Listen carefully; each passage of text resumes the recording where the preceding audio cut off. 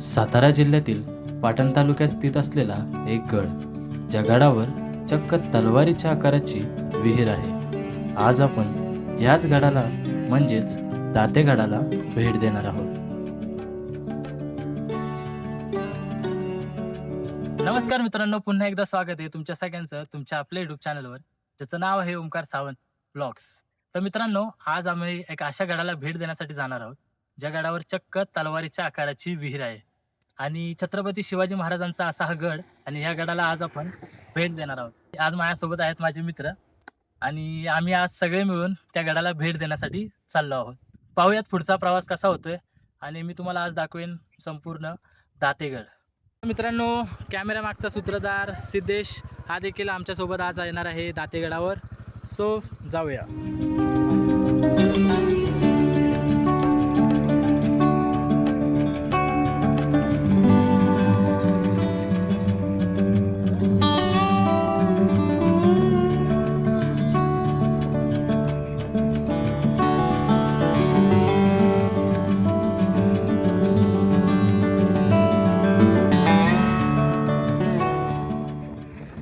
दातेगडला जात असताना असंख्य अशा पवनचक्क्या तुमचं लक्ष वेधून घेतात, आणि आम्ही देखील या पवनचक्क्या पाहण्यासाठी थांबलो.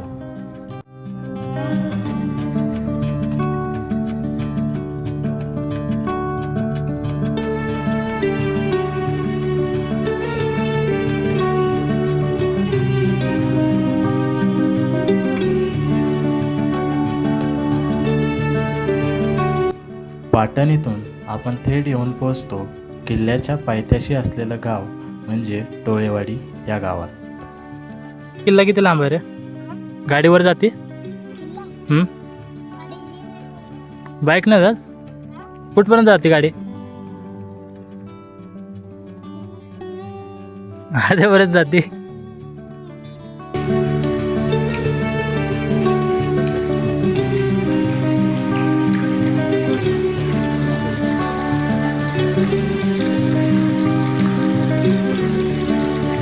तर मित्रांनो, जी खाली आपल्याला गाव लागलं टोळेवाडी, टोळेवाडीतून सरळ वरती आल्यानंतर कच्चा रस्ता लागतो. त्या कच्च्या रस्त्यावरून वरती आल्यानंतर अशी आपल्याला एक साईडला तिथे टेकडी लागते. टेकडीपासून समोरच आपल्याला यायला रस्ता मिळतो. तिथे आल्यानंतर आम्ही इथे गाडी पार्क केली, आणि आता हा मागे दिसतोय तोच आपला सुंदर गड.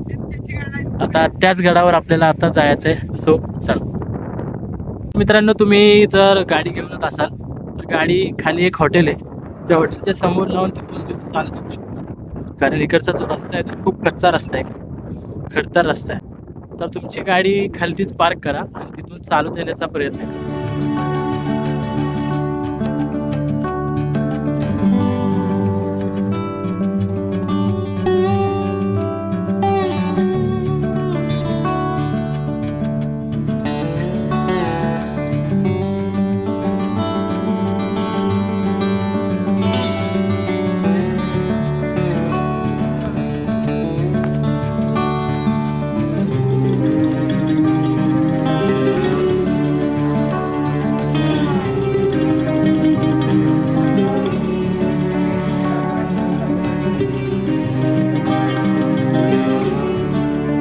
तर मित्रांनो, जवळजवळ 10 मिनिटाचा ट्रेक करून आल्यानंतर आपण पोचतो पायऱ्यांजवळ, आणि इथेच साईडला आपल्याला 2 गुफा पाहायला मिळतात, छोट्या छोट्या.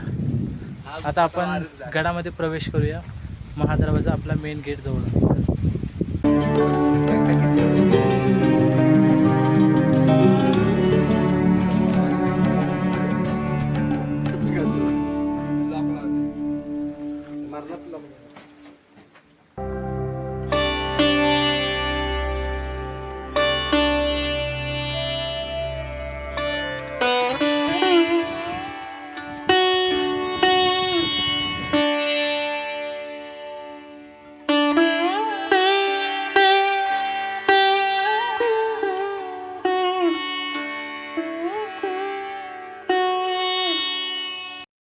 गडाचं जसं आपण आतमध्ये प्रवेश करतो ना, तिथे आपल्याला या साईडला जे पहारेकरी होते त्यांची बसण्याची सोय इथे आपल्याला बघायला मिळते. हे असे दोन्ही बाजूला आहेत, आपल्याला पाहायला मिळतात. आणि तेच आपण जर नीट पाहिलं तर इथं अशी विगळ आहे, जिथे आडवा लाकूड लावला जायचा दरवाजाची सेफ्टी असण्यासाठी. आणि तिथून तिथून आपण जर समोर आलो इथे,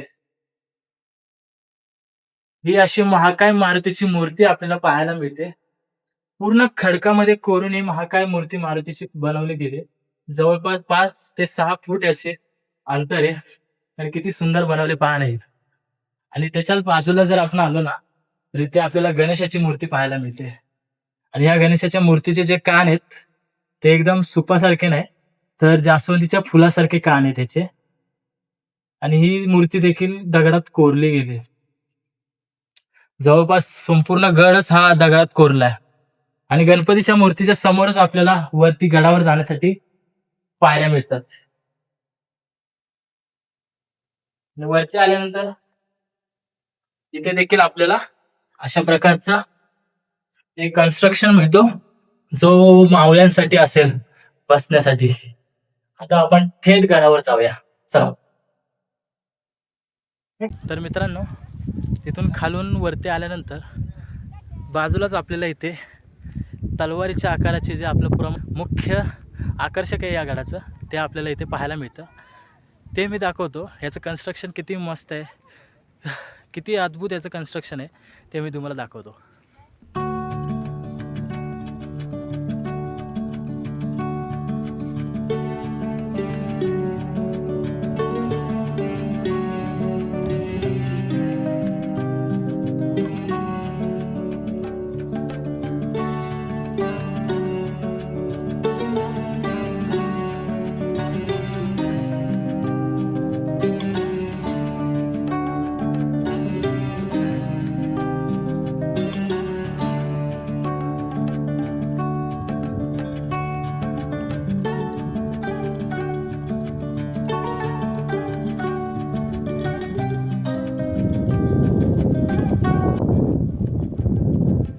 तर मित्रांनो, पायऱ्या उतरल्यानंतर आपल्याला या साईडला महादेवाचं मंदिर पाहायला मिळतं.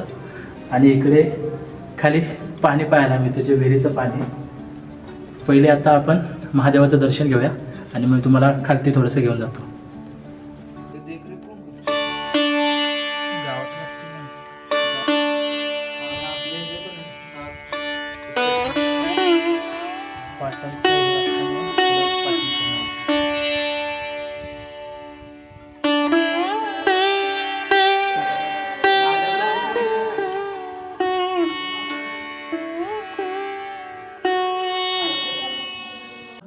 बाहेर जवळजवळ 44 डिग्री टेम्परेचर आहे आणि इतकी गरमी लागते बाहेर.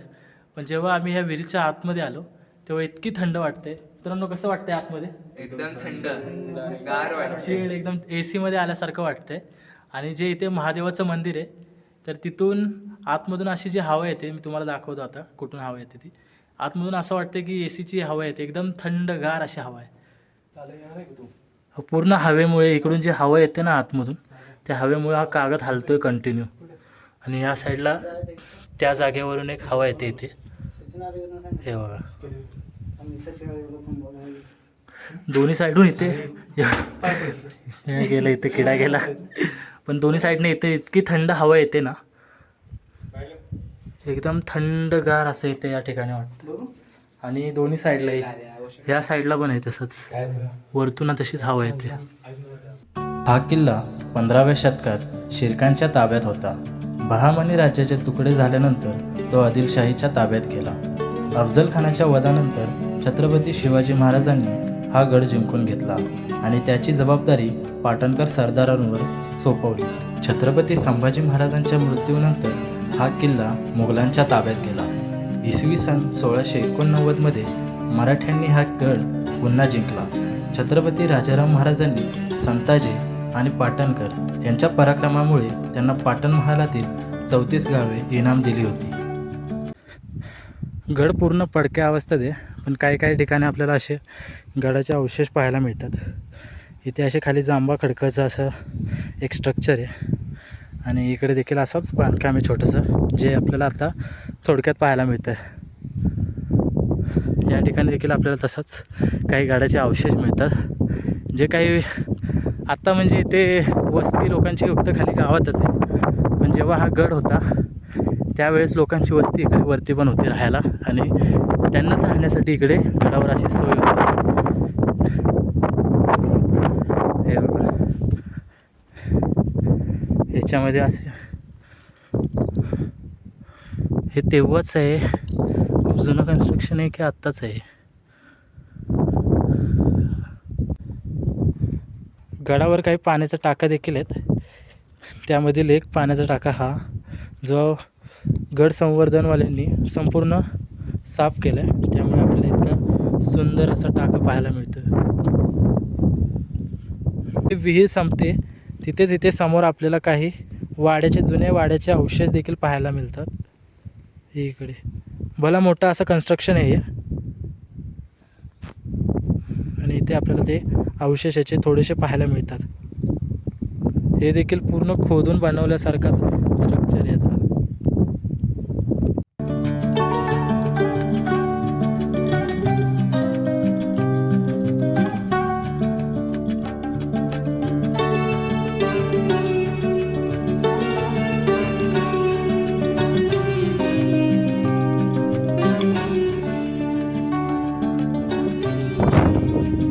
मित्रांनो, या कन्स्ट्रक्शनच्याच बाजूला इथे आपल्याला अजून एक पाण्याचा टाका पाहायला मिळतो, ते पाहूया.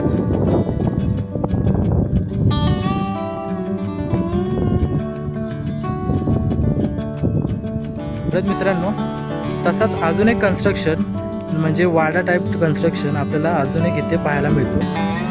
तर ह्या गडावर भरपूर राहण्याची सोय वगैरे होती, हे आपल्याला ह्या अवशेषातून पाहायला मिळतं.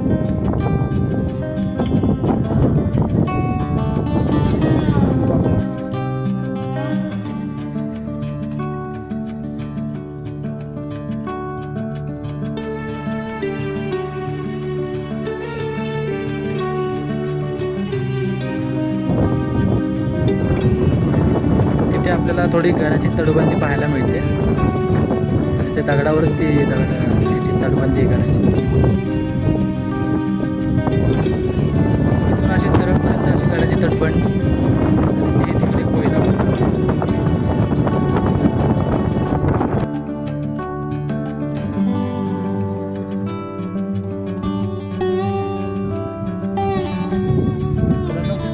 इथे काही लोकांनी शिवबा राजे असं दगडांचे इथे केलेलं आहे आणि त्या साईडला असे काही थोडे गडाचे अवशेष.